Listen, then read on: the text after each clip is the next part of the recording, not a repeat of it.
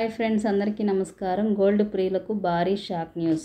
ఈరోజు బంగారము వెండి భారీగా పెరుగుదల నమోదు చేసుకుంది బులియన్ మార్కెట్లో. వివరాల్లోకి వెళ్దాం.